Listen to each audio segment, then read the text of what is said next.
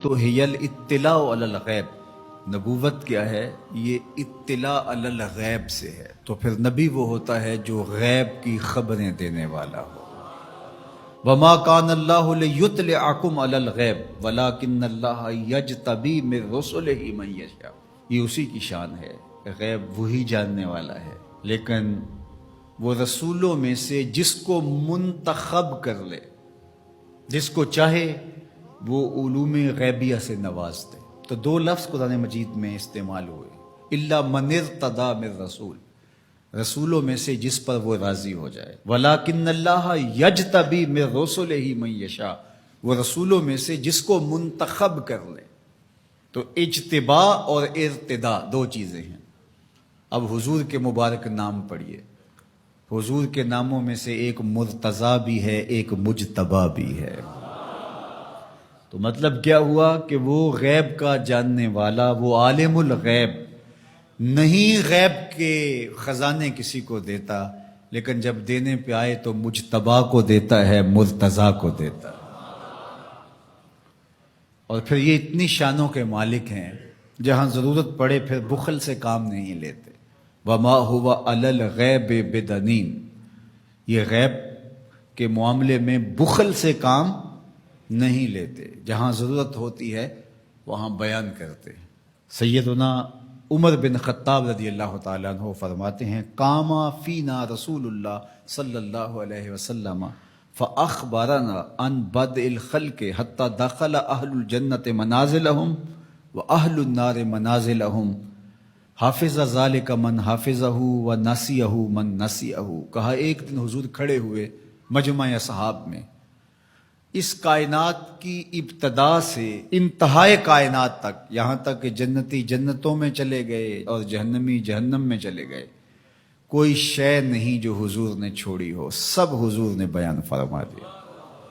اب ایک سوال پیدا ہوتا ہے، تھوڑے سے عرصے میں اتنا کچھ کیسے بیان کر دیا؟ تو یہ حضور کی شان بلاغت تھی، اور بطور معجزہ حضور علیہ السلام کو یہ شان دی گئی تھی۔ تو فرمایا، یا ایہا النبی، اے غیب کی خبریں دینے والے، انا ارسلناک، آپ کو ہم نے بھیجا ہے، آپ کو ہم نے بھیجا ہے۔ یار آپ کسی کو بھیجیں اور اس کی کوئی عزت نہ کرے تو آپ کہیں گے تم ہوتے کون ہو، اس کو ہم نے بھیجا تھا۔ اللہ کہتا ہے محبوب تجھے ہم نے بھیجا ہے۔ تو یہ اللہ کی طرف سے فرستادہ ہیں، اللہ کی طرف سے بھیجے گئے ہیں، یہ اللہ کے نمائندے ہیں۔ اس لیے حضور کی آواز آواز حق قرار پائی، حضور کا بولنا اللہ کا بولنا قرار پایا، حضور کا حکم اللہ کا حکم قرار پایا، حضور کی اطاعت اللہ کے اطاعت قرار پائی۔ تو اس لیے جو محبوب کی بات مانتا ہے وہ رب کی بات مانتا ہے، اور جو حضور کا انکار کرتا ہے وہ رب کا انکار کرتا ہے۔ کوئی ساری زندگی لا الہ الا اللہ پڑھتا رہے اور محمد رسول اللہ نہ پڑھے، رب اس کے لا الہ الا اللہ پڑھنے کو اس کے منہ پہ مارے گا اگر میرے رسول کو نہیں مانتا، اس کو میں نے بھیجا ہے۔ تو کہا انا ارسلناک شاہدا و مبشرا و نذیرا، آپ کو شاہد بنا کر بھیجا ہے، آپ کو مبشر بنا کر بھیجا ہے، آپ کو نذیر بنا کے بھیجا۔ شاہد کا کیا معنی ہے؟ اتفاق تو ہوتا رہتا ہے مجھے بھی آپ کو، جب کوئی فوت ہو جاتا ہے تو جنازہ پڑھتے ہیں تو کیا اس میں بولتے ہیں؟ اللہم اغفر لحینا و میتنا و شاہدنا و غائبنا، اللہ جو حاضر ہیں انہیں بھی بخش دے، جو نہیں آئے انہیں بھی بخش دے۔ تو شاہد کا کیا معنی ہوا؟ حاضر۔ امام راغب الاصفہانی جو کہ لغت کے امام ہیں اور مفردات قرآن میں قرآن مجید کے الفاظ کی تشریح کرتے ہوئے لفظ شاہد پہ بات کرتے ہیں، تو وہ کہتے ہیں کہ الحضور مع المشاہدت اما بالبصر او بالبصیرہ، کہ شاہد کا معنی کیا ہے؟ حاضر ہونا مشاہدہ کے ساتھ، چاہے بالبصر چاہے بالبصیرہ، آنکھوں سے دیکھ کر کے مشاہدہ کرنا یا اللہ کی دی ہوئی باطنی قوت سے مشاہدہ کرنا۔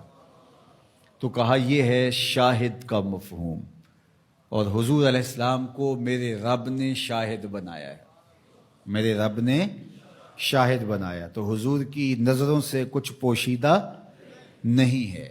آقا کریم نے ارشاد فرمایا، یہ بھی صحاح کی روایت ہے، ان اللہ زوال الارض فرأیت مشارقہا و مغاربہا، اللہ نے میرے لیے زمین کو سمیٹ دیا، اور ایک روایت میں ایسے کر دیا جس طرح میری ہتھیلی ہوتی ہے، میں پوری کائنات کو یوں دیکھ رہا ہوں جس طرح کوئی اپنی ہتھیلی دیکھتا ہے۔ تو فرمایا کہ اللہ نے میرے لیے زمین کو سمیٹ لیا، اور میں نے مشرق بھی دیکھ لیے، میں نے مغرب بھی دیکھ لیے۔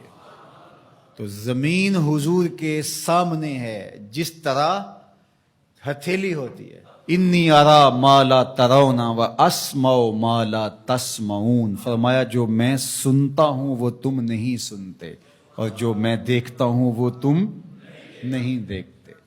سورج کو گرہن لگ گیا، حضور نماز کے لیے کھڑے ہوئے، نماز پڑھاتے پڑھاتے حضور نے ہاتھ آگے بڑھایا، پھر حضور نے ہاتھ پیچھے کھینچ لیا، سلام پھرا تو صحابہ نے پوچھا حضور آج نماز میں آپ نے ہاتھ آگے بڑھا لیا تھا جس طرح کوئی چیز پکڑنے لگے ہوں، پھر آپ نے ہاتھ پیچھے کھینچ لیا، کیا ماجرا ہوا؟ فرمایا جنت میں کھجوروں کا ایک خوشہ لٹک رہا تھا، میں نے سوچا تمہارے لیے توڑ لوں، اور اگر میں توڑ لیتا تم قیامت تک کھاتے رہتے، ختم نہ ہوتا۔ پھر میں نے نہیں توڑا، میں نے کہا چلو کل قیامت کو ہی صحیح۔ حضور کھڑے کہاں ہیں؟ مدینے میں، صحاح کی روایت ہے، کھڑے کہاں ہیں؟ اور ہاتھ اٹھا کے کہاں تک پہنچایا؟ جنت میں۔ صحیح بخاری اٹھائیے، باب تصفیۃ الصفوف ہے، حضور نے فرمایا صحابہ صفیں سیدھی رکھا کرو، مت سمجھو میں صرف آگے دیکھتا ہوں، میں آگے بھی دیکھتا ہوں، میں پیچھے بھی دیکھتا ہوں، میں تمہارے رکوع بھی دیکھتا ہوں، دلوں میں پیدا ہونے والے خشوع بھی دیکھتا ہوں۔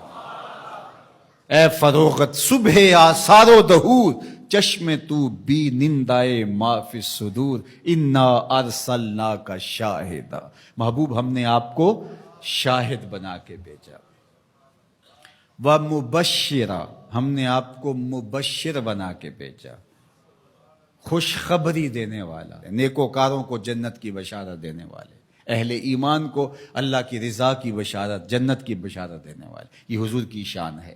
پھر فرمایا وَنَذِيرًا، ڈر سنانے والا، کفار کو، عاصیوں کو، بدکاروں کو، اللہ کے نافرمانوں کو جہنم کے عذابوں سے ڈرانے والے، یہ نبی کی شان ہے۔ نبی مبشر بھی ہیں اور نذیر بھی ہیں۔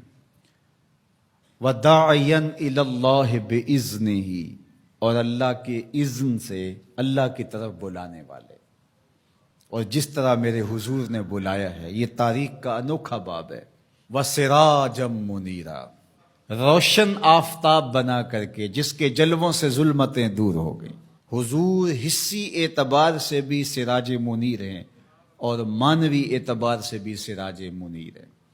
مانوی اعتبار سے اس طرح کہ ظلم، شرک، کفر کے اندھیرے حضور کے آنے سے مٹ گئے، ناانصافیاں ختم ہوئیں، اور حصی طور پہ حضور کے مبارک بدن سے نور نکلتا تھا۔